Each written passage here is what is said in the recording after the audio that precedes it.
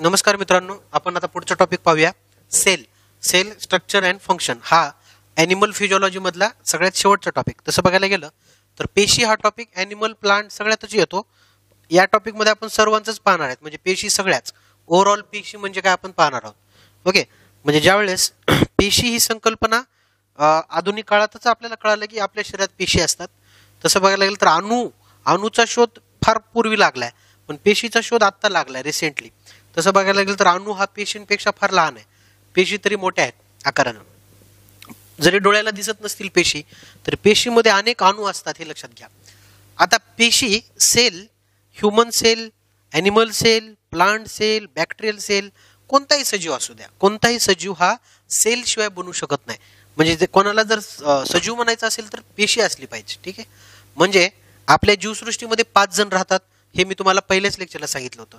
त्या 5 जणांची नाव मी परत एकदा रिपीट करतो. Monera, protista, funguses, okay, plants आणि ॲनिमल्स.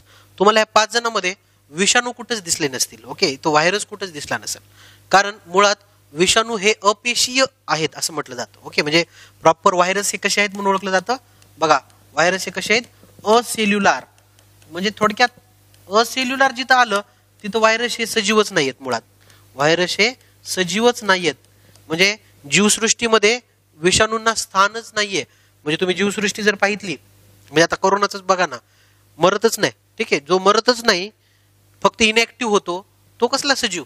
ठीक आहे, विषाणूच्या बाबतीत हेच खरं आहे की विषाणू हे इनॅक्टिव्ह होतात, मरत नाहीत. किंवा ते स्वतःची सिस्टीम नाहीये त्यांना सेल मेम्ब्रेन नाही स्वतःची. मग सेलच ज्याला नाही त्याला सजीव काय म्हणायचं.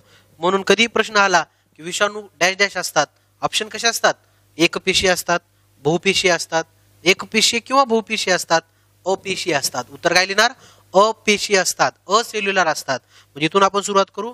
आता या टॉपिक मध्ये सेल स्ट्रक्चर अँड फंक्शन या टॉपिक मध्ये आपण ओव्हरऑल सगळेच सेलचं पाहणार आहोत, सगळ्यांच्या पेशी पाहणार आहोत. इथं फक्त याच्या बाबतीत काही सिद्धांत मांडले गेले आहेत, त्या सिद्धांतावर थोडीशी आपण चर्चा करूया.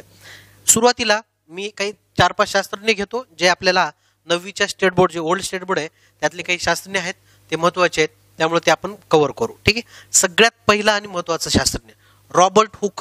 यस, रॉबर्ट हुक या शास्त्रज्ञाला सर्वप्रथम पेशींचा शोध लावल्याचा श्रेय दिलं जातं. ओके, पेशींचा शोध लावला. ठीक आहे, या शास्त्रज्ञानं प्रथम सेलचा शोध लावला, म्हणजे प्रॉपर कॉर्क सेल. पण एवढंच लक्षात घ्या, रॉबर्ट हुक यांनी मृत पेशींचा अभ्यास केला. ठीक आहे, मृत पेशींचा अभ्यास केला. मृत पेशी, डेड सेल, हे फार महत्वाचं आहे. जिवंत पेशीचा अभ्यास करणारा शास्त्रज्ञ वेगळा आणि मृत पेशीचा अभ्यास करणारा वेगळा. प्रथम बद्दल चालू आहे, आता तर सगळेच करतात. ठीक आहे, प्रथम मृत पेशीचा अभ्यास, किंवा मृत हा शब्द जरी नाही वापरला, प्रथम पेशीचा शोध कोण लावला, रॉबर्ट हुक या शास्त्रज्ञानं पेशींचा शोध लावला. आणि दुसरा शास्त्रज्ञ आहे, त्याचं नाव वेगळं आहे, त्याला लिव्हेन्युक म्हणतात. लिव्हेन्युक यांनी जिवंत पेशींचा अभ्यास केला. ठीक आहे, लिव्हेन्युक या शास्त्रज्ञाने काय केला, जिवंत पेशीचा अभ्यास केला. ठीक आहे, लिव्हेन्युक या शास्त्रज्ञानं जिवंत पेशीचा अभ्यास केला आणि यानं रॉबर्ट हुकनं प्रथम मृत पेशीचा अभ्यास केला. हे 2 शास्त्रज्ञ आपल्याला माहीत असावेत. आणि दुसरा एक रॉबर्ट आहे, कन्फ्युजन होतं, दोघेही रॉबर्ट आहेत, पण त्याचा आडनाव वेगळं आहे, रॉबर्ट ब्राउन ज्याला म्हणतात. ठीक आहे, रॉबर्ट ब्राउन यानं पेशीचं केंद्रक शोधलं. Okay, sale nucleus. ओके, पेशी केंद्रकाचा शोध कोणी लावला, असा जर प्रश्न कधी आला तर त्याचं उत्तर यायला पाहिजे रॉबर्ट ब्राउन. रॉबर्ट ब्राउन या शास्त्रज्ञानं पेशीच्या केंद्रकाचा शोध लावला. ओके, ज्याला आपण प्रॉपर सेल न्यूक्लियस म्हणतो. ओके, लक्षात घ्या, सेल न्यूक्लियस रॉबर्ट ब्राउन आणि सेलचा शोध रॉबर्ट हुक आणि जिवंत पेशीचा अभ्यास लिव्हेन्युक. असे 3 शास्त्रज्ञ आपल्याला माहित असणं गरजेचं आहे. मग ज्यावेळेस पेशींचा शोध लागला, म्हणजे 18व्या शतकाच्या शेवटी आणि 19व्या शतकाच्या सुरुवातीला ह्या पेशींवर सगळ्यात जास्त अभ्यास झाला. मग 1830 ते 1840 या काळादरम्यान बऱ्याच शास्त्रज्ञांनी पेशींबद्दल काही मतं मांडली. ठीक आहे, मग त्याच्यामध्ये शिल्डेन नावाचा शास्त्रज्ञ आहे, त्याच्यानंतर दुसरा आहे श्वॉन नावाचा शास्त्रज्ञ आहे, आणि दुसरा आहे तो विरशॉ. ह्या तिघांचे मतं सर्वांनी लक्षात घ्या. सगळ्यात पहिल्यांदा शिल्डेन नावाचा शास्त्रज्ञ आहे, शिल्डेन. ओके, त्याच्यानंतर श्वॅन नावाचा एक शास्त्रज्ञ आहे आणि विरशॉ नावाचा एक शास्त्रज्ञ आहे. ठीक आहे, विरशॉ, विरशॉ. तर ह्या तिघांचे सिद्धांत आहेत. हे 3 सिद्धांत पेशींबद्दल सगळ्यांना पाठ असली पाहिजेत. का? कारण आपल्या एमपीसीला असे प्रश्न विचारण्यात फार इंटरेस्ट आहे की हा सिद्धांत कोणत्या शास्त्रज्ञांनी मांडला. तर आपल्याला हे एमसीक्यू माध्यमातून आपल्याला कव्हर झालं पाहिजे. तर सगळ्यांनी लक्षात घ्या, शिल्डेन यांनी काय सिद्धांत मांडला. शिल्डेन यांनी म्हटलं की सर्व सजीवांचा कार्यात्मक आणि रचनात्मक घटक म्हणजे पेशी होय. परत एकदा लक्षात घ्या, मी लिहित बसत नाही आता सगळं. शिल्डेन या शास्त्रज्ञांनी काय म्हटलं, सर्व सजीवांचा कार्यात्मक आणि रचनात्मक घटक म्हणजे पेशी होय. The cell is a structural and functional unit of every living thing. म्हणजे सजीव जेवढे असतील त्यांचा स्ट्रक्चरल आणि फंक्शनल युनिट असं शिल्डेन यांनी म्हटलं. ठीक आहे. मग त्याच्यानंतर श्वान यांनी काय म्हटलं. श्वान या शास्त्रज्ञांनी एक वेगळी थेरी तेच मांडली, काही वेगळं नाही, थोडेसे वाक्य बदलले की थेरी बदलते. श्वान यांनी म्हटले सर्व वनस्पती आणि प्राणी हे पेशींपासून बनलेत. काय याच्यात वेगळं नाहीये, पण वाक्य कोणाचं त्यालाच लावलं पाहिजे. सर्व वनस्पती आणि प्राणी पेशींपासून बनलेले आहेत हे श्वान या शास्त्रज्ञांनी म्हटलं. आणि विरशॉ या शास्त्रज्ञांनी मांडलेली थेरी मात्र पेशीचा सिद्धांत म्हणून मानली जाते, जे 1858च्या काळात काहीतरी मांडली गेली. तर विरशॉ यांनी काय म्हटलं, सर्व पेशींचा जन्म अस्तित्वात असलेल्या पेशींपासूनच होतो. This a very important concept. परत एकदा लक्षात घ्या, सर्व पेशींचा जन्म अस्तित्वात असलेल्या पेशींपासूनच होतो. ओमनी सेल्युला ये सेल्युला. ओके, ही काय आपली भाषा नाही. ठीक आहे, ही विरशॉ यांची ग्रीक भाषा आहे. त्याच्यात ओमनी सेल्युला ये सेल्युला असं म्हटलंय. म्हणजेच प्रत्येक पेशी ही पूर्वीच्या पेशीपासूनच निर्माण झालेली आहे. म्हणजे एव्हरी लिव्हिंग थिंग हे लिव्हिंग थिंग पासूनच निर्माण झाली आहे. मग पृथ्वीवर पहिला सजीव कसा निर्माण झाला ह्याच्याबद्दल मात्र इतका गोंधळ आहे की हे तिघही बोलत नाहीत. मग उत्क्रांती या टॉपिक मध्ये पाहू की पहिला सजीव नेमकं कोणापासून निर्माण झाला. ठीक आहे, पण या टॉपिक मध्ये विरशॉ यांनी काय म्हटलं, सर्व पेशींचा जन्म अस्तित्वात असलेल्या पेशींपासूनच झाला. हे सर्वांनी लक्षात घ्या. ओके, तर आता नेक्स्ट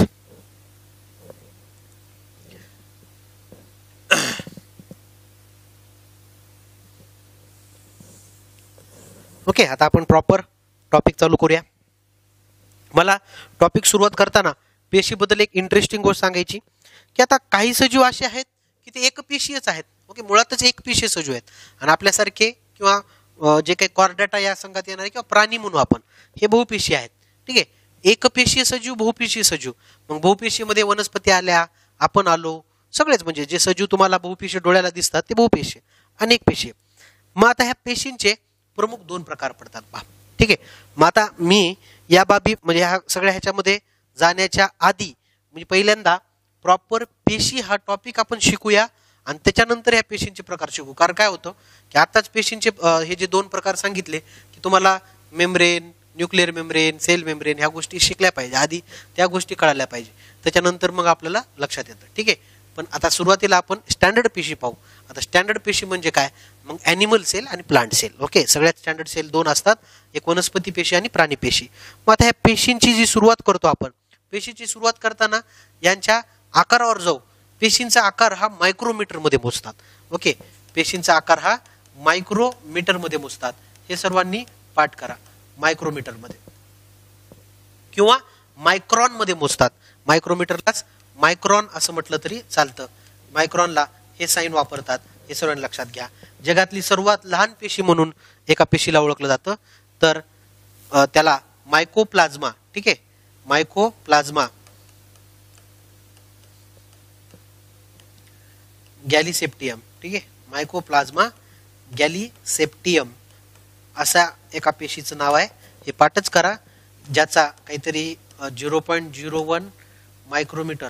ठीक आहे, 0.01 मायक्रोमीटर एवढी लहान साईजची पेशी, सगळ्यात लहान पेशी, जगातली सर्वात लहान पेशी म्हणून ओळखली जाते. ओके, मायकोप्लाझ्मा गॅलिसेप्टियम हा बॅक्टेरिया आहे.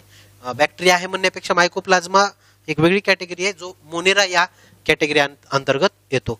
ही सर्वात लहान पेशी आणि सर्वात मोठी पेशी 18 सेंटीमीटरचं शहामृगाचं अंड, शहामृगाचे अंडे. ओके, शहामृगाचे अंडे हे सर्वात मोठ्या पेशीचं उदाहरण आहे. ठीक आहे, largest cell on our present situation, on our earth सगळ्यात मोठी पेशी जर बघायचं झालं तर शहामृगाचं अंड आहे. मग हे पेशीचे वेगवेगळे आकार पण असतात, म्हणजे आपल्याला माहिती आहेत मग काही इंटरेस्टिंग गोष्टी आहेत, केंद्रक नसणाऱ्या पेशी काय वेगवेगळे, ते सगळ्यात शेवटी पाहू इम्पॉर्टंट पॉईंट्समध्ये. आता एखादी पेशी जर घ्यायचं झालं तर मी एकदा डिजिटल एकदम घेण्याच्या आधी आपलं उगं थोडंसं आपापल्या पद्धतीनं काढू. ठीक आहे. आता मला काय सांगायचं बघा. ठीक आहे. आता ही एक थोडक्यात काय करू आपण, मोठी पेशी आहे असं म्हणू, आपल्याला दिसण्यासाठी मोठी. या पेशीला एक सगळ्यात बाहेर एक आवरण काढले आपण. ठीक आहे. त्या आवरणाला एक नाव दिले, याला म्हणतात सेल वॉल. ठीक आहे. याला काय म्हणतात, सेल वॉल. याला म्हणतात पेशी भित्तिका. बघा मी डायग्राम वाईज जाणारच आहे, डायग्राम घेणारच आहेत आपण. सगळ्यात बाहेर जे आहे ह्याला काय म्हटलंय, सेल वॉल. मग आता याच्या परत आणखीन एक मध्ये असते. ठीक आहे. आता हे सेल वॉल झालं. आता मी थोडेसे दोन वेगळे रंग वापरतो. आता याच्या आतल्या साईडला एक आणि लगेच यालाच डबल लेअर काढू, कारण हे जरा थोडस काहीतरी वेगळं काढले. म्हणजे जिथं सगळ्यात महत्वाचं काय केलं आपण, सगळ्यात बाहेर असं काहीतरी आहे, त्याच्यानंतर आत एक लेअर आहे आणि आतल्या साईडला आपल्याला माहितच आहे पेशींचा प्रमुख कोण, डीएनए. ठीक आहे. प्रमुख कोण, डीएनए. आणि त्या डीएनए ला सुद्धा असं आवरण आहे.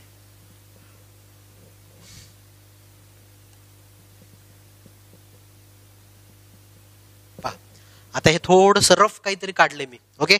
आता हे तुम्हाला एक्सप्लेन करतो, मी काय काढलंय हे एक्सप्लेन करतो. ही कोणती पेशी आहे, वनस्पतीची का प्राणीची, ही चर्चा करायचीच नाही आपल्याला. पेशी मध्ये मॅक्झिमम काय काय आहे पहा. सगळ्यात पहिल्यांदा बाहेर एकदम सिंपल साधं आवरण आहे.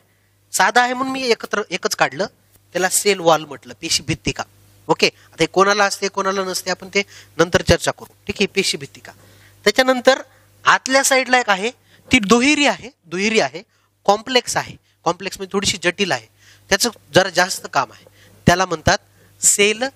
पहा त्याला काय म्हणतात, सेल मेम्ब्रेन. बघा इथं वेगळा शब्द वापरलाय, सेल मेम्ब्रेन. तिथं काय म्हणतात, वॉल. मेम्ब्रेनला मराठीत शब्द वापरलाय पेशी पटल. ओके. पेशी पटल. दिस व्हेरी इम्पॉर्टंट एमसीक्यू. आता एमसीक्यू म्हणण्यापेक्षा कन्सेप्ट, आधी कन्सेप्ट समजून घ्या. बऱ्याच लोकांना ह्या दोघातला फरकच कळत नाही. म्हणजे पेशींच्या बाहेर सेल वॉल असते का नसते, आणि वॉल नसेल तर मग पेशीमधलं सगळंच बाहेर आलं असतं, असं नाही. लक्षात घ्या, दोन गोष्टी इथं आहेत. एक मला सांगायची सेल मेम्ब्रेन आहे, दुसरी आहे सेल वॉल. सगळ्यात बाहेर कोण, सेल वॉल. त्याच्या आत कोण, सेल मेम्ब्रेन. लक्षात येते काय कोणाला आहे काय नाही, ते आता लगेच चर्चा करू आपण. ठीक आहे. त्याच्यानंतर आत असतो डीएनए. पण डीएनए ला सुद्धा एक मेम्ब्रेन असते, किंवा केंद्रकाला सुद्धा एक मेम्ब्रेन असते. हे सगळ्यांना लक्षात घ्या. या केंद्रकाच्या मेम्ब्रेनला काय म्हणणार, केंद्रक पटल. ओके. जसं पेशीच्या मेम्ब्रेनला पेशी पटल म्हटलं, याला केंद्रक पटल म्हणा. इंग्रजी त्याला काय म्हणणार, न्यूक्लिअर मेम्ब्रेन. ठीक आहे. काय म्हणणार, न्यूक्लिअर मेम्ब्रेन. बघा परत एकदा थोडंसं रफ घेतोय. आता जेव्हा तुम्हाला मी हे घेतल्यानंतर ज्यावेळेस तुम्हाला मी एक मस्त आपण डिजिटल इमेज घेऊ, त्यावेळेस तुम्हाला एकदम क्लिअर होऊन जाईल. ठीक आहे. पण डायरेक्ट डिजिटल इमेज घेतलं तर काही क्लिअर होत नाही. ओके. फक्त बघायला चांगलं वाटतं. आता तीन गोष्टी मी इथं काढल्यात. सगळ्यात बाहेर सेल वॉल, त्याच्या आत सेल मेम्ब्रेन, आणि त्याच्यात डीएनए. डीएनए म्हणजेच केंद्रक, आणि केंद्रकाला असलेलं केंद्रक पटल, न्यूक्लिअर मेम्ब्रेन. लक्षात आलं. आता दोन महत्वाचा गॅप इथं पडला. कोणता gap, the gap present between. ठीक आहे. The gap present between cell membrane आणि न्यूक्लिअर मेम्ब्रेन. मराठीत बघा, कोणता अंतर, केंद्रक पटल आणि पेशी पटल. पेशी पटल आणि केंद्रक पटल यांच्या मधल्या अंतराला बघा, यांच्यातील अंतराला पेशी द्रव्य असं म्हणतात. याला सायटोप्लाझम असं म्हणतात. ओके. याला सायटोप्लाझम असं म्हणतात. हे सर्वांना लक्षात घ्या. पेशी द्रव्य, सायटोप्लाझम असा शब्द वापरलाय. लक्षात येते. म्हणजे मेन पेशीची संकल्पना आपल्याला ही लक्षात घ्यायची. सगळ्यात बाहेर सेल वॉल, त्याच्या आत सेल मेम्ब्रेन, त्याच्यानंतर न्यूक्लियस, त्याला न्यूक्लिअर मेम्ब्रेन, आणि त्या दोघांच्या अंतरात असणारा सायटोप्लाझम. प्लाझ्मा शिकले ना आपण, रक्तद्रव. सायटो म्हणजे काय, पेशी, पेशीचं द्रव.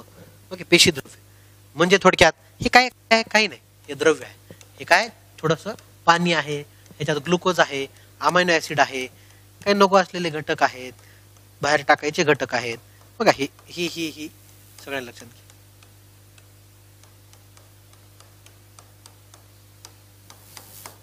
आलं लक्षात. हा काय झाला सायटोप्लाझम. ओके. आता महत्वाचा मुद्दा, या सायटोप्लाझम मध्ये पेशीचे अवयव असतात. ठीक आहे. या सायटोप्लाझम मध्ये पेशींचे अवयव असतात, त्याला पेशी अंगके असं म्हटलं इंग्रजीमध्ये, सेल ऑर्गॅनलीज. मग आता सर्वांनी लक्षात घ्या, इथं एक आहे कोणतरी. ठीक आहे. इथं एक आहे कोणतरी. ठीक आहे. मग आता फॉर एक्झाम्पल हा घेऊ रेड कलर. इथे एक आहे कोणतरी. ठीक आहे. ब्ल्यू कलर घेऊ. इथे एक आहे कोणतरी. म्हणजे बघा आता इथं कोण कोण आलं बघा. म्हणजे काय काय शिकायचंय बघा. मी एकाखाली एक सांगतो काय काय शिकायचे. म्हणजे तुम्हाला काय माहित असणं अपेक्षित आहे. सगळ्यात पहिल्यांदा पेशीला काय असतो, सेल वॉल. बरोबर. नंतर काय असते, सेल मेम्ब्रेन. ठीक आहे.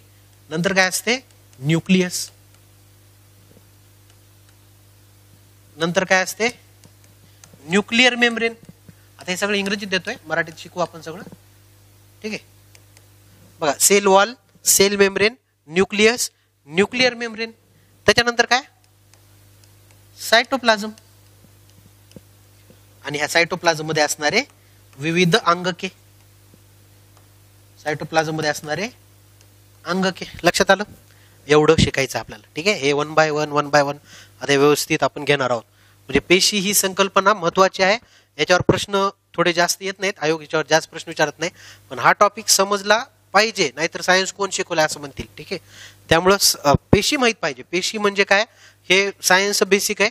बरेच शिक्षक लोक पेशीपासून सुरुवात करतात. ओके. म्हणजे या टॉपिक पासून शिकवायला सुरुवात करतात. मी करत नाही, कारण हा जर टॉपिक तुम्हाला पहिल्यांदा शिकवला असता तर पुढचे टॉपिकच तुम्ही बघितले नसते, कारण बोर आहे टॉपिक, इंटरेस्टिंग नाहीये. ठीक आहे. That's why. तर बघा नाव मी एक इमेज इन्सर्ट करतो. ठीक आहे.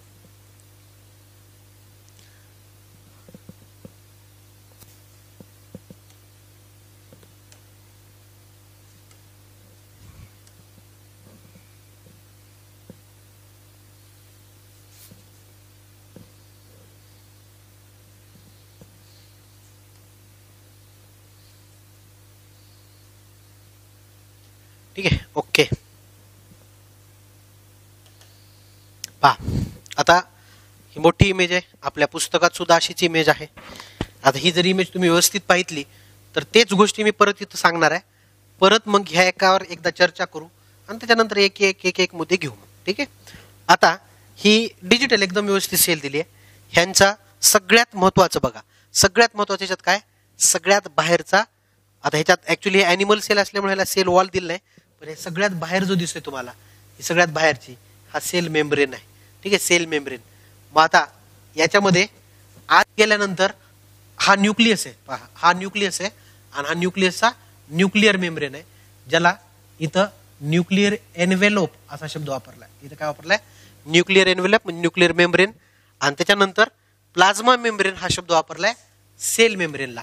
सेल मेम्ब्रेनलाच प्लाझ्मा मेम्ब्रेन हा सुद्धा इथं शब्द वापरलाय. ठीक आहे. लक्षात येते. ही सेल मेम्ब्रेन. म्हणजे पहा, तुम्हाला ही पेशी व्यवस्थित समजत असेल. या पेशीमध्ये एक्झॅक्टली हा सायटोप्लाझम आहे. या सायटोप्लाझम मध्ये वेगवेगळे नावं दिलेत. मग ती वेगवेगळी अंगकांची नावं बघा. ह्या अंगकामध्ये हा मायटोकॉन्ड्रिया आहे, हा लायसोझोम आहे, हा सेंट्रिओल्स आहेत. ठीक आहे. त्याच्यानंतर स्मूथ एंडोप्लाझमिक रेटिक्युलम नावाचा भाग आहे. त्याच्यानंतर बघा गॉल्गी कुठे गेला, हा गॉल्गी ॲपॅरेटस आहे. ओके. रफ एंडोप्लाझमिक रेटिक्युलम आहे. सगळी अवयव आहेत पेशींची. ठीक आहे. हे सगळं पाहायचंय आपल्याला, एकदम व्यवस्थित पाहिजे. ठीक आहे. फक्त डिजिटल इमेज मी ह्याच्यासाठी दाखवली. सगळ्यात बाहेर सेल मेम्ब्रेन, सायटोप्लाझम, सायटोप्लाझम मध्ये अवयव, तिथं न्यूक्लियर मेम्ब्रेन, न्यूक्लियस, न्यूक्लियस मधला हा न्यूक्लिओलस, क्रोमॅटिन, काय सगळं शिकू. सगळं व्यवस्थित शिकायचंय. लक्षात आलं. मग आता हा एक एक मुद्दा घेऊन आपण शिकूया. ही इमेज व्यवस्थित पाहून घ्या. ओके. ह्याच्यात काय काय असतं काय नाही हे सगळं डिजिटल दिलंय म्हणून. ओके. आता पॉज करून पाहून घ्या. ठीक आहे. आता सगळ्यात पहिलं, ठीक आहे, फर्स्ट. मग आता आपल्याला सगळ्यात पहिल्यांदा सुरुवात करायची सेल वॉल पासून. ठीक आहे. सगळ्यात पहिल्यांदा सुरुवात करायची सेल वॉल पासून.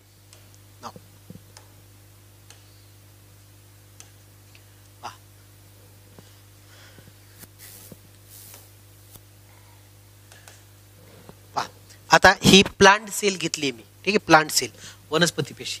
आता इथं मी लिहितो सेल वॉल, मराठी त्याला काय म्हणणार, पेशी भित्तिका. आता या टॉपिकचं बघा, हे टॉपिक आता असाच चालणार. कसा चालणार, नाव, त्याची इमेज, त्याचे फंक्शन, स्ट्रक्चर, संपलं. प्रत्येक पार्ट करायचं, एमसीक्यू काढायचा, लिहून घ्यायचं, ठीक आहे. म्हणजे ह्या टॉपिकमध्ये कन्सेप्ट अशा फार जास्त नाही आहेत, थोड्याफार आहेत, त्या आपण घेऊच. सेल वॉल, सेल वॉल पेशी भित्तिका ही प्रत्येक पेशींना नसते. पहिला मुद्दा, प्रत्येक पेशींना सेल वॉल असावंच असं नाही. सेल वॉल फक्त आधार देण्याचं काम करतात. सेल वॉल फक्त आधाराचं काम करतात. फक्त आधार देणे हेच ह्यांचं कार्य आहे. म्हणून ह्यांचं दुसरं काही कार्य नाही. म्हणून ह्या फंक्शनलेस आहेत. म्हणजे काही आत जाऊ द्यायचं का, बाहेर काही येऊ द्यायचं का, हे ठरवणारे सेल वॉल नाहीत. म्हणून पेशी भित्तिका हे ठरवत नसल्यामुळं यांना नॉन लिव्हिंग असं पण म्हणतात. यांना निर्जीव म्हणून ओळखलं जातं.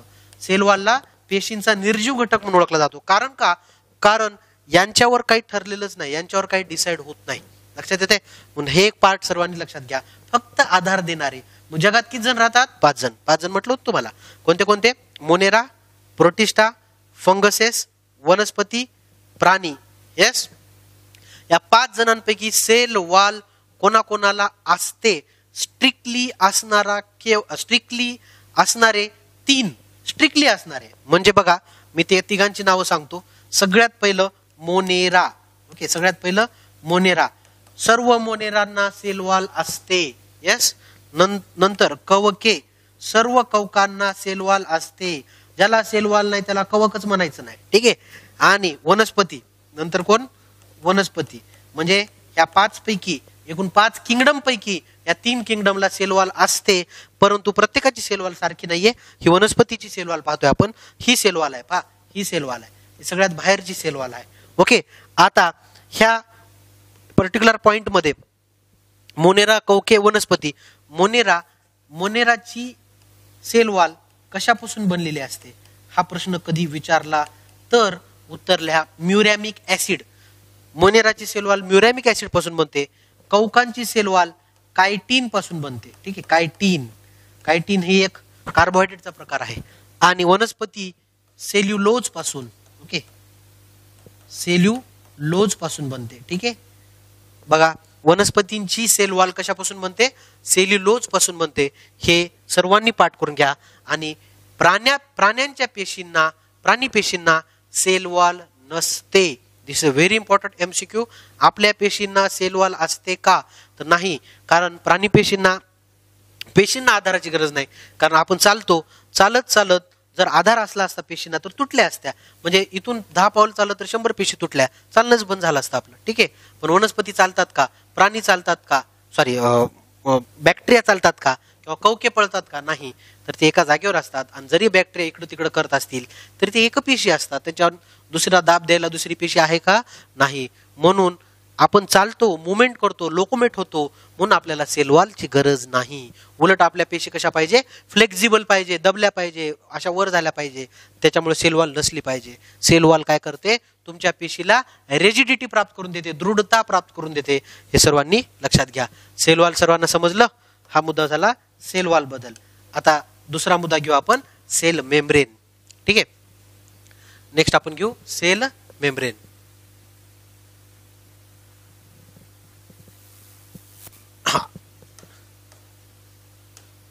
ठीक आहे, सेल मेम्ब्रेन. आता बघा, सेल मेम्ब्रेन, ही सेल मेम्ब्रेन तुम्हाला व्यवस्थित दिसत असेल. सेल मेम्ब्रेन थोडीशी कॉम्प्लेक्स आहे. सेल मेम्ब्रेन ही आता मी तुम्हाला सेल वॉल मध्ये सांगितलं सिंपल होती, एका विशिष्ट कर्बोदकापासून सेल वॉल बनते. पण सेल मेम्ब्रेन मात्र 3 पदार्थापासून बनते. 3 पदार्थ आपण खातो, कार्बोहायड्रेट, प्रोटीन आणि फॅट. त्याच्यामध्ये बघा मी इथं दिलंय, इथं दिसत असेल तुम्हाला बघा, लिपिड बायलेयर. लिपिड या शब्दाचा अर्थ फॅट. ओके, लिपिड या शब्दाचा अर्थ फॅट. तब्बल सेल मेम्ब्रेनच्या 40% फॅट असतं. तब्बल सेल मेम्ब्रेन म्हणजेच प्लाझ्मा मेम्ब्रेन म्हणा, मी इथं नाव पण देतो. सेल मेम्ब्रेन ला पेशी पटल म्हणा. ओके, पेशी पटल म्हणा. त्यालाच प्लाझ्मा मेम्ब्रेन सुद्धा म्हणू शकता, ठीक आहे. त्यालाच प्लाझ्मा मेम्ब्रेन सुद्धा म्हणू शकता. बघा, हे झाल्यानंतर प्रोटीन. ओके, इथं दिलं काय प्रोटीन, तर तब्बल 58% प्रोटीन असतात. म्हणजे मी इथं टाकतो की सेल मेम्ब्रेनचा प्रमुख घटक कोण, प्रोटीन. प्रोटीन टोटल सेल मेम्ब्रेनच्या जवळपास 58% प्रोटीन असतात. त्याच्यानंतर फॅट, टोटल ह्याच्या 40% फॅट असतात. आणि कार्बोहायड्रेट्स, कार्ब्स, टोटल ह्याच्यात 2% कार्बोहायड्रेट्स असतात. कार्बोहायड्रेट पण दिसतात कुठेतरी, हो काय, कार्बोहायड्रेट चेन. ठीक आहे, कार्बोहायड्रेट किती टक्के आहेत, 2%. बघा हे असं डबल लेअर आहे, लक्षात येते, हा असा डबल लेअर आहे. हे एक महत्वाचा शब्द आहे, फॉस्फोलिपिड्स. लिपिड शब्द हा काय आहे, फॅट आहे. लिपिड म्हणजे फॅट, हे सर्वांनी पाठ करा. ठीक आहे, आता हे ट्रान्सपोर्ट प्रोटीन म्हणून काहीतरी दिलंय बघा, दिस व्हेरी इम्पॉर्टंट. म्हणजे असा काहीतरी ट्रान्सपोर्ट प्रोटीन असतो. म्हणजे पेशीमध्ये कशाची ये जा करायची हे कोण ठरवतं, सेल मेम्ब्रेन ठरवतं. मग सेल मेम्ब्रेनवर डिपेंड आहे की पेशीच्या आत काय जायचं. आत काही जात असेल तर त्याला एंडोसायटोसिस म्हणतात, एंडो म्हणजे आत. आणि जर पेशीच्या बाहेर काही जात असेल तर त्याला एक्झोसायटोसिस म्हणतात. म्हणजे मला हे सांगायचंय की रक्तानं चांगले पदार्थ जे पेशींना दिलेत, ते रक्ताचे चांगले पदार्थ पेशीमध्ये घुसण्यासाठी कोण काम करतं, सेल मेम्ब्रेन काम करतं. त्या प्रोसेसला काय म्हणतात, एंडोसायटोसिस. एंडोसायटोसिस म्हणजे च्या आत जाणे, आणि त्यासाठी कोण आहेत, प्रोटीन चॅनल्स आहेत. ह्या अशा प्रोटीन चॅनल आत एंट्री करतात. म्हणजे मी तुम्हाला सांगतो की ही सेल मेम्ब्रेन आहे आणि इथून पुढे काय, खाली पेशी आहे, वा इनसाइड ऑफ सेल असं नाव पण दिलंय, इनसाइड ऑफ सेल. म्हणजे इथून कशाची एंट्री होते, पदार्थांची एंट्री होते. ॲज वेल ॲज याच भागातून पदार्थ काय होतात, एक्झिट होतात. एंट्री आणि एक्झिट ह्या प्रोटीन चॅनल मधून चालते. लक्षात आलं. म्हणून this is the living, okay, this is the living structure of a cell. Living structure काय म्हटलंय, कारण हा ठरवतो की कशाची एंट्री व्हायची आणि कशाचं एक्झिट व्हायचं. ह्याच्या आधी जे शिकलं आपण सेल वॉल, त्याच्यानं ठरवलं होतं का, नाही, त्याच्या हातातच नाही की पेशीची काय एंट्री, पेशीमध्ये कशाची एंट्री व्हायची आणि कशाचं एक्झिट व्हायचं. म्हणून सेल मेम्ब्रेन कोणाला असते आणि कोणाला नसते असा मुद्दाच इथं क्रिएट होत नाही. सगळ्यांनी लक्षात घ्या. आपण शिकलेले जे काही 5 उदाहरणं आहेत, मोनेरा, प्रोटिस्टा असतील, प्लांट असेल, अॅनिमल, कौके, ह्या 5ही जणांना सेल मेम्ब्रेन असलीच पाहिजे. ठीक आहे, हे सगळ्यांनी लक्षात घ्या. म्हणून मला आता हे इथं सांगायचंय की वनस्पती पेशींना काय असतं, सेल वॉल पण असते, सेल मेम्ब्रेन पण असते, बरोबर. प्राणी पेशींना काय असते, फक्त सेल मेम्ब्रेन असते.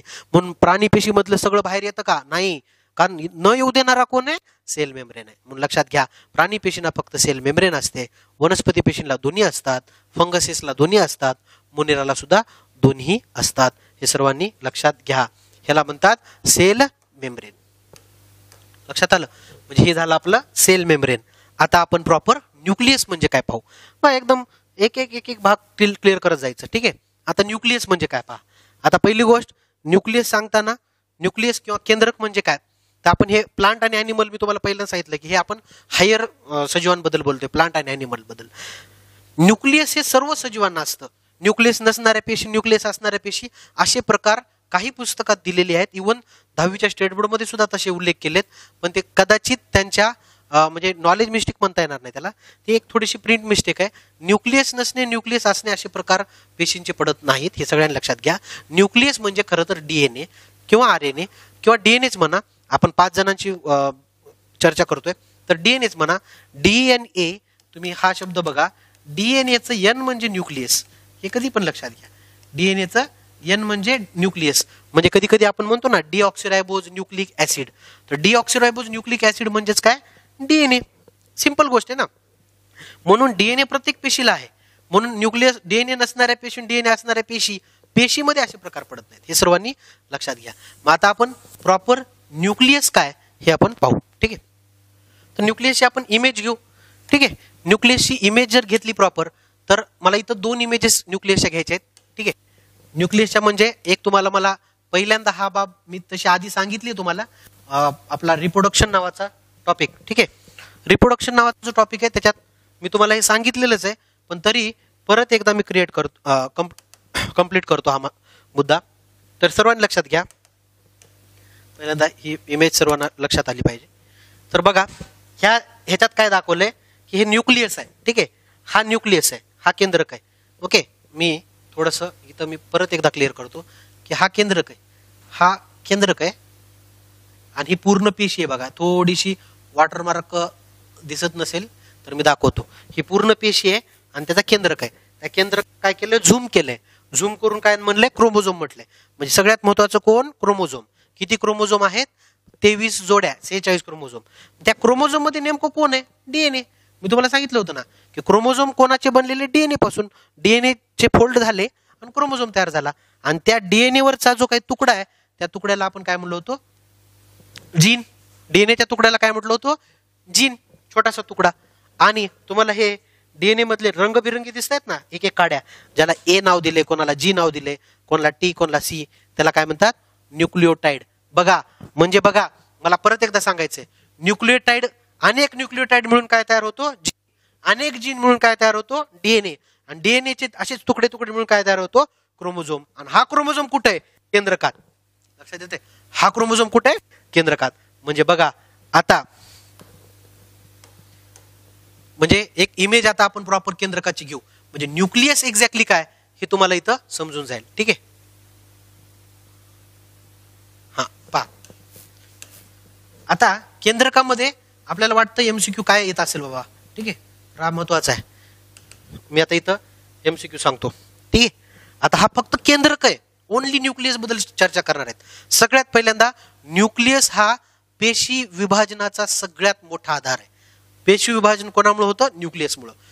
तुमच्या म्हणजे तुम्हाला जे जे काही प्रॉपर आज आपल्या शरीरामधले जे काही बदल आहेत, म्हणजे आपल्या आईवडिलासारखे कॅरेक्टर म्हणा, जेनेटिक मटेरियल म्हणा, हे सगळं कोणामुळे आहे, न्यूक्लियसमुळे. त्यामुळे न्यूक्लियस फार महत्वाचा आहे. म्हणजे बघा आता हा न्यूक्लियस ओपन केलाय आणि न्यूक्लियसला सगळ्यात पहिल्यांदा काय असतं, न्यूक्लिअर मेम्ब्रेन. त्याला एन्व्हलप हा शब्द वापरलाय, त्याला काय म्हणू आपण, न्यूक्लिअर मेम्ब्रेन. काय म्हटलंय, न्यूक्लिअर मेम्ब्रेन. त्यामुळं एक वेळ असं होईल की असे सजीव आहेत की ज्यांच्या न्यूक्लियसला मेम्ब्रेन आहे किंवा नाही, न्यूक्लिअर मेम्ब्रेन असणारे, न्यूक्लिअर मेम्ब्रेन नसणारे, असे प्रकार पडतात, जे मी तुम्हाला थोड्या वेळी सांगितलं होतं. पण असे प्रकार पडत नाहीत, न्यूक्लियस असणारे, न्यूक्लियस नसणारे, असे प्रकार पडत नाहीत. न्यूक्लिअर मेम्ब्रेन असणारे, नसणारे. म्हणजे न्यूक्लियस म्हणजे काय, आता न्यूक्लियस मध्ये सुद्धा एक महत्वाचा भाग दिलाय, त्याला म्हटलंय न्यूक्लिओलस. बघा, this is a very important MCQ. Nucleus आणि न्यूक्लिओलस मध्ये काय फरक आहे बघा, मी परत एकदा सांगतो, स्पेलिंग इथं घेतो, न्यूक्लिओलस. ठीक आहे, न्यूक्लिओलस. तर जेवढा हा पार्ट आहे याला न्यूक्लियस म्हटले. आणि न्यूक्लियस मधल्या असा पार्ट जिथं खरी पूर्ण इन्फॉर्मेशन आहे, जिथं खरं मॅटर आहे, जिथं खरं मटेरियल आहे, न्यूक्लियसच्या मटेरियलला न्यूक्लिओलस म्हणतात. बा आता ह्याला मराठी शब्द काही नाही आहेत. ठीक आहे, हेच इंग्रजीतच आहे. ह्या न्यूक्लियसच्या मटेरियलला काय म्हणतात, न्यूक्लिओलस असं म्हणतात. हा न्यूक्लिओलस. आणि हे जे काही तुम्हाला दिसतंय ना, हे क्रोमॅटिन फायबर्स आहेत. क्रोमॅटिन फायबर म्हणजेच क्रोमोझोम्स. त्याचं पुढे चलून क्रोमोझोम्स तयार होतात. क्रोमॅटिन, क्रोमोझोम हे सारखंच आहे. ठीक आहे, तुमच्यासाठी. ठीक आहे, लक्षात आलं. आता हे इथं न्यूक्लिअर पोर्स दिले बघा. ठीक आहे, न्यूक्लिअर पोर्स, पोर्स म्हणजे छिद्र. ठीक आहे, केंद्रक पटलला काय असतात, हे केंद्रक पटल म्हणजे न्यूक्लिअर मेम्ब्रेन, हा काय असतात, छोटे छिद्र असतात. कशासाठी छिद्र असतात, तर आपलं केंद्रक वेळोवेळी काही रसायन तयार करतं, काही महत्वाचे पदार्थ तयार करतं. ते पदार्थ सायटोप्लाझम मध्ये टाकण्यासाठी, ते पदार्थ सायटोप्लाझम मध्ये देण्यासाठी त्या दोघांच्या दरम्यान एक छिद्र असतं. ते असलंच पाहिजे. नाहीतर आपण काळेत, गोरेत, सावळेत हे कोण ठरवतं, हे केंद्रक ठरवतं ना. वेळोवेळी आपल्याला रंग दिला पाहिजे, वेळोवेळी म्हणजे कंटिन्यू आपल्या स्किनला कलर दिला पाहिजे. ठीक आहे, हा कंटिन्यू स्किनला कलर देण्याचं काम हे म्हणजे काय करतात, ही इन्फॉर्मेशन तयार करतात. इन्फॉर्मेशन ह्याच्यातून पाठवतात, सायटोप्लाझमला देतात. सायटोप्लाझम त्याचं रूपांतर कार्यामध्ये करतं. ते कसं होतं ते आपण शिकणार आहेत. सगळ्यांना कळालं हे न्यूक्लियस. बघा, हे न्यूक्लियस आहे. न्यूक्लियसमध्ये न्यूक्लिओलस असतो. हे chromatin fibres. Okay, nuclear pores, nuclear membrane. आपल्याला न्यूक्लिअर मेम्ब्रेन असते म्हणून न्यूक्लिअर मेम्ब्रेन असणारे, न्यूक्लिअर मेम्ब्रेन नसणारे अशी पेशींचे दोन प्रकार पडतात. ते आपण सगळ्यात शेवटी घेणार आहोतच. लक्षात. आता नेक्स्ट, न्यूक्लियस झालं. आता आपण प्रॉपर अंगके म्हणजे प्रॉपर अंगके पाहू. ते अंगके पाहण्याआधी मी एक बाब इथं क्लिअर करतो की ही पेशी परत एकदा घेतली. ठीक आहे, म्हणजे ही का घेतली तर हा सायटोप्लाझम आहे. ठीक आहे, हा सायटोप्लाझम आहे. आता सायटोप्लाझम मध्ये छोटे छोटे असे तुकडे पण आहेत. ओके, आता सायटोप्लाझम ही जी काही संकल्पना आहे ती मला इथं सांगायची आहे तुम्हाला. ठीक आहे, सायटोप्लाझम नावाची संकल्पना बघा. सायटोप्लाझम याला काय म्हणतात, म्हणजे तसं एवढा मायक्रो प्रश्न कधी येणार नाही, पण तरी नॉलेज मात्र आपलं मायक्रो ठेवायला काय हरकत आहे. ठीक आहे. सायटोप्लाझम पेशी द्रव्य, ठीक आहे, द्रव नाही. ठीक आहे. सायटोप्लाझम वेगळं आणि इंग्रजीमध्ये सायटोसोल वेगळं. ठीक आहे. सायटोसोल बघा हे वेगळं, ह्याला काय म्हणतात मराठीमध्ये पेशी द्रव. बघा द्रव द्रव्य फरक आहे. ठीक आहे, फार फरक आहे. सायटोप्लाझम मधल्या लिक्विडला सायटोसोल म्हणतात, सायटोप्लाझम मधल्या चिकट लिक्विडला सायटोसोल म्हणतात, किंवा पेशी द्रव्यामधल्या लिक्विडला पेशी द्रव म्हणतात. आणि बाकीचं उरलेलं सगळंच धरून मग त्यात मायटोकॉन्ड्रियाला सगळं सगळं सगळं सगळ्याला काय म्हणतात सायटोप्लाझम.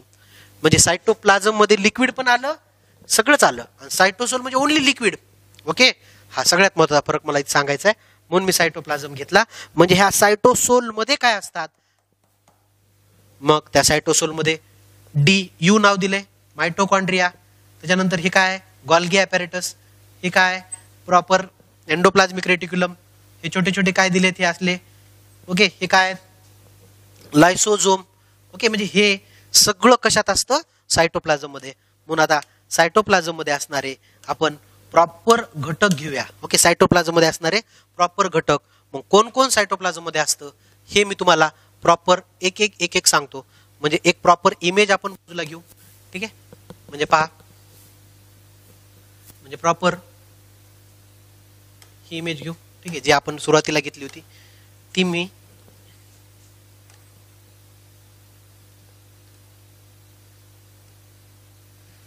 अशी इथं ठेवतो.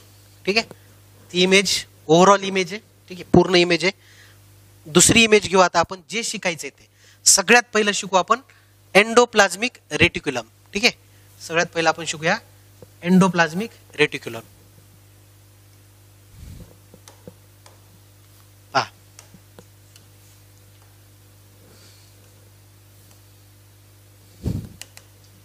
बघा एंडोप्लाझमिक रेटिक्युलम, मी इथं नाव काढतो. नाव आहे एंडोप्लाझमिक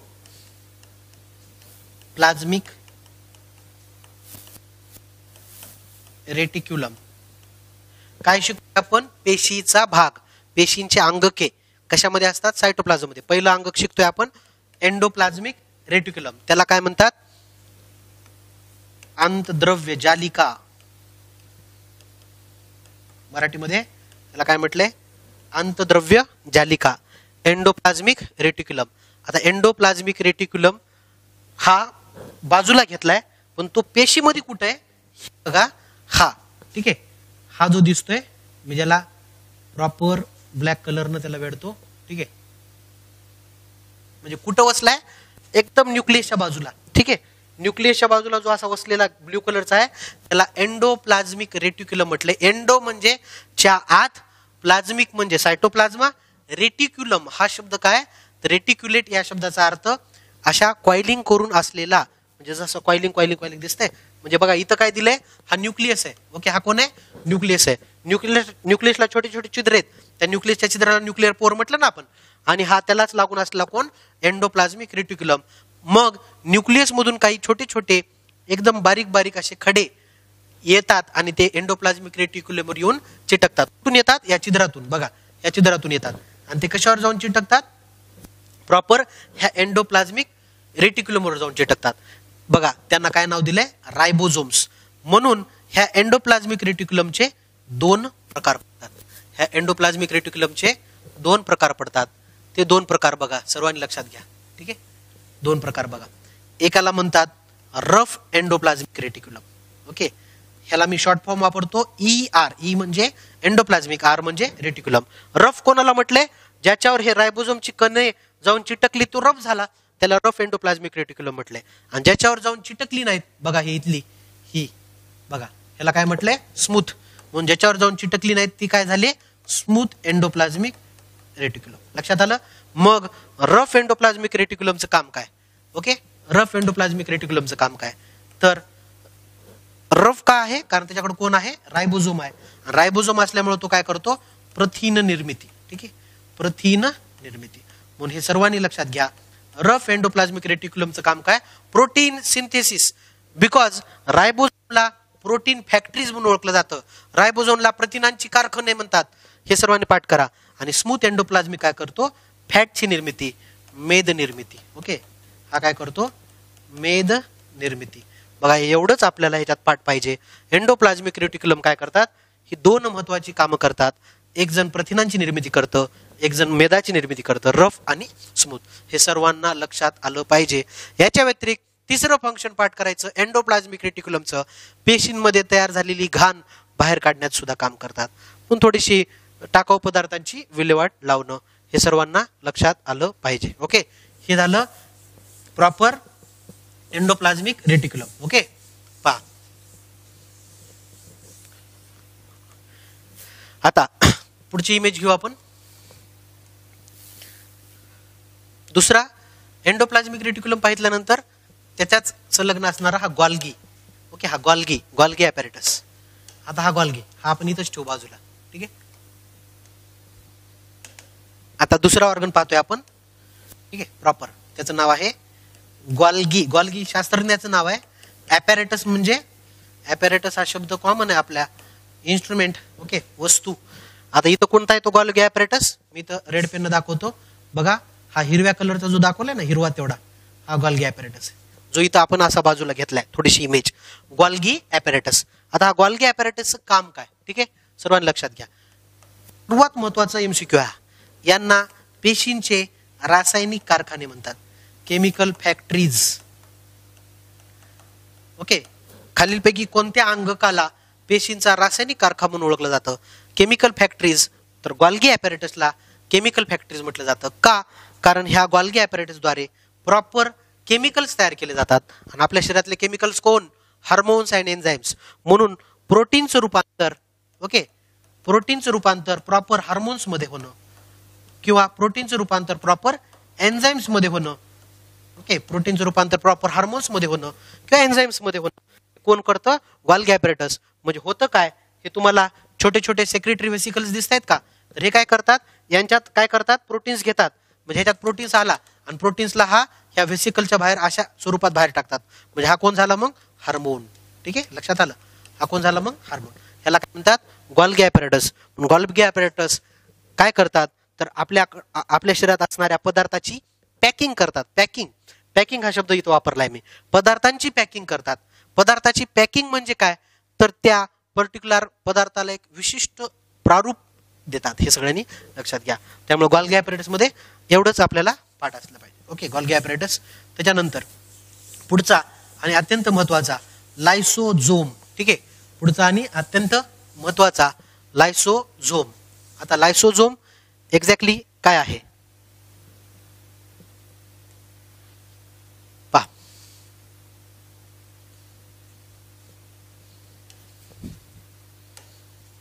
इथं ठेवू आपण लायसोझोमला. ठीक आहे, आता लायसोझोम काय आहे? हा लायसोझोम इथं तुम्हाला छोटे छोटे वेसिकल्स पाहायला भेटतात. ठीक आहे, लायसोझोम्स.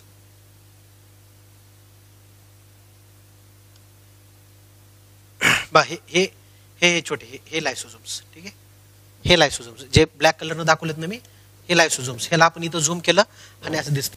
ठीक आहे, लायसोझोम हा फार महत्वाचा आहे. यांच्यात काय असतात? बघा, हायड्रोलायटिक एन्झाईम मिक्सचर असतं. हे ट्रान्सपोर्ट करणारे प्रोटीन्स असतात. एन्झाईम्स म्हणजेच प्रोटीन्स. आता लायसोझोमचं फंक्शन काय? लायसोझोम काय करतात? बघा, 3 महत्वाचे फंक्शन लायसोझोमचे मी इथं टाकतो. लायसोझोमचे 3 महत्वाचे फंक्शन. एवढं पाठ केलं, लायसोझोम तुम्हाला आलं. त्याला मराठीमध्ये म्हणलंय लयकारिका. मराठीत काय म्हटलंय आपण लायसोझोमला? लयकारिका. पेशींच्या लयकारिका. आता ह्या लयकारिका एक्झॅक्टली काय आहेत? तर हे सर्व लक्षात घ्या. हे काय करतात? सगळ्यात पहिली गोष्ट, पेशींमध्ये जर कशाची एंट्री झाली, बघा हा लायसोझोम आहे, पेशीमध्ये कशाची एंट्री झाली, समजा चांगले पदार्थ नाही आहेत, आपल्यासाठी चांगले नाहीत, बाहेरून काहीतरी आपण खाल्ले आणि विषारी पदार्थ आपल्या पेशीमध्ये एंट्री केलाय, तर तो विषारीपणा नष्ट करण्याचं काम हे करतात.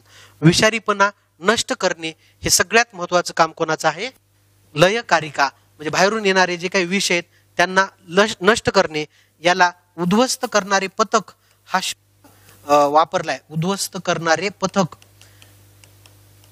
9वीचं पुस्तक. ओके, उद्ध्वस्त करणारे पथक, त्याला इंग्रजीमध्ये डिमॉल्युशन स्क्वॅड असं पण म्हटलंय. ठीक आहे, आता पेशीमध्ये सुद्धा रासायनिक अभिक्रिया होतात आणि पेशीमध्ये झालेल्या रासायनिक अभिक्रियेमार्फत काही टाकाऊ पदार्थ निर्माण केले जातात.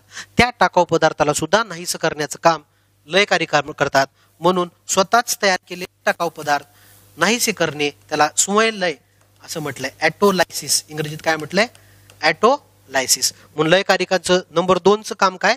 संलय, ॲटोलायसिस. आणि तिसरं, पेशी जीर्णच झाली. पेशी आता काय झाली म्हणजे थोडक्यात म्हातारी झाली. आता तिनं हे झालं पाहिजे, तिचा मृत्यू झाला पाहिजे त्या पेशीचा, आणि त्या पेशीतला हा DNA बाजूला निघाला पाहिजे आणि त्या DNA सगट नवीन पेशी तयार झाली पाहिजे. मग हे होण्यासाठी ह्या पेशीने मरायला तरी पाहिजे.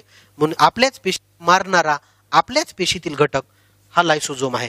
म्हणून ह्याला सुसाईड बॅग, आत्मघातकी पिशव्या म्हणून ओळखलं जातं. म्हणून कोणाला आत्मघातकी पिशव्या म्हणून ओळखलं जातं?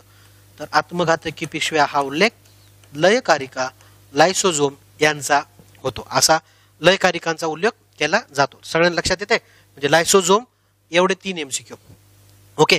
मग आता पुढं मायटोकॉन्ड्रिया.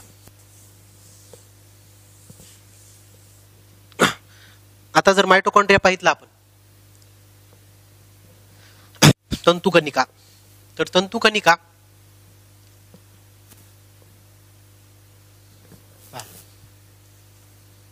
परत एकदा तंतुकणिका असं काहीतरी मायटोकॉन्ड्रिया दिसतं इथं. तर तुम्हाला सरळ सरळ दिलंय मायटोकॉन्ड्रिया. ओके. अशी मायटोकॉन्ड्रिया. एखाद्या पेशीमध्ये किती मायटोकॉन्ड्रिया असतात? शेकडो मायटोकॉन्ड्रिया असतात. लायसोझोम किती असतात? शेकडो असतात. गोल्गी ॲपरेटस पण असतात, त्यामुळे यांची संख्या जास्त असते. ओके. आता मायटोकॉन्ड्रिया हा फार महत्वाचा घटक आहे पेशींचा. मी तुम्हाला रेस्पिरेशन टॉपिक शिकवताना, श्वसन टॉपिक शिकवताना 2 गोष्टी सांगितल्या होत्या. श्वसनाचे 2 प्रकार असतात, ऑक्सिश्वसन, विनॉक्सिश्वसन. म्हणजे श्वसन हे ऑक्सिजनवर डिपेंड पण आहे आणि डिपेंड पण नाही. जर समजा ऑक्सिजनची गरज असेल श्वसनाची, त्याला आपण एरोबिक रेस्पिरेशन म्हणतो, तर मायटोकॉन्ड्रिया पाहिजेच. ओके. तर मायटोकॉन्ड्रिया पाहिजेच. त्याला इंग्रजीमध्ये काय म्हटलंय? तंतुकणिका. ओके. तंतुकणिका मायटोकॉन्ड्रियाला ओके सगळ्यात महत्वाचं एरोबिक रेस्पिरेशनचे एकक म्हणतात. ओके. ऑक्सिश्वसनाचे एकक. ऑक्सिश्वसन व्हायचं असेल म्हणजे तुम्हाला ऑक्सिजन वापर करायचा असेल तर तुमच्या पेशीमध्ये मायटोकॉन्ड्रिया असलाच पाहिजे. म्हणून RBC ऑक्सिजनचं वहन करतात. वहन करता करता सगळं ऑक्सिजन खाऊन टाकायचे. पायाच्या पेशीला काही मिळायचंच नाही. असं होऊ नये म्हणून RBCला मायटोकॉन्ड्रियाच दिला नाही. म्हणून RBC आर मायटोकॉन्ड्रिया लेस सेल. म्हणजे RBC मध्ये तंतुकणिका नसतात. लाल पेशीमध्ये तंतुकणिका का नसतात? कारण तंतुकणिका जर लाल पेशीला दिल्या असत्या तर त्याने ऑक्सिजन खाऊन टाकला असता आणि मग ऑक्सिजनचं वहन करण्यात काय पॉईंट आहे? येस. त्याच्यामुळं ऑक्सिश्वसनाचं एकक हा सर्वात महत्वाचा मुद्दा इथं आहे. म्हणून याला ऊर्जेचे घर म्हणतात. कारण इथं खऱ्या अर्थानं, कारण आपल्याला कशातून ऊर्जा मिळते? श्वसनातून. म्हणून ह्याला ऊर्जेचे घर म्हणतात. कारण ATP इथं साठवले जातात. म्हणूनच ह्याला पॉवर हाऊस. ओके. ह्याला काय म्हटलं होतं? Power house of cell. म्हणून तंतुकणिकाला ऊर्जेचे घर म्हणून ओळखलं जातं, ज्याला पॉवर हाऊस ऑफ सेल असं सुद्धा म्हणतात. आणि दुसरा महत्वाचा मुद्दा, मी तुम्हाला सांगितलं की DNA कुठं असतो? न्यूक्लियसमध्ये. पण न्यूक्लियसच्या बाहेर सुद्धा DNA असतो. तो केवळ मायटोकॉन्ड्रियामध्ये दिसतोय. केवळ मायटोकॉन्ड्रियामध्ये. हे इथं दाखवलेत बघा DNA. ठीक आहे. तर यांच्यात जो DNA असतो त्याला एक्स्ट्रा क्रोमोझोमल DNA असे म्हणतात.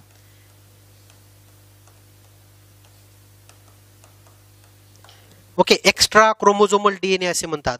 म्हणजेच क्रोमोझोमच्या व्यतिरिक्त DNA जर कुठं असेल तर तो आपल्या मायटोकॉन्ड्रियामध्ये असतो. म्हणजे तंतुकणिकेबद्दल हे 3 मुद्दे पुस्तकात मी थोडीशी आणखीन डिटेल इन्फॉर्मेशन जर दिली असेल तर ती 11वी NCERTचे ती फक्त वाचून घ्या.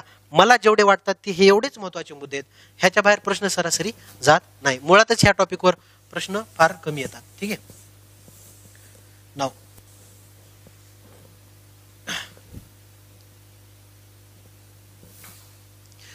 ओके. तर जे आपण ही इमेज ठेवूयात बाजूला.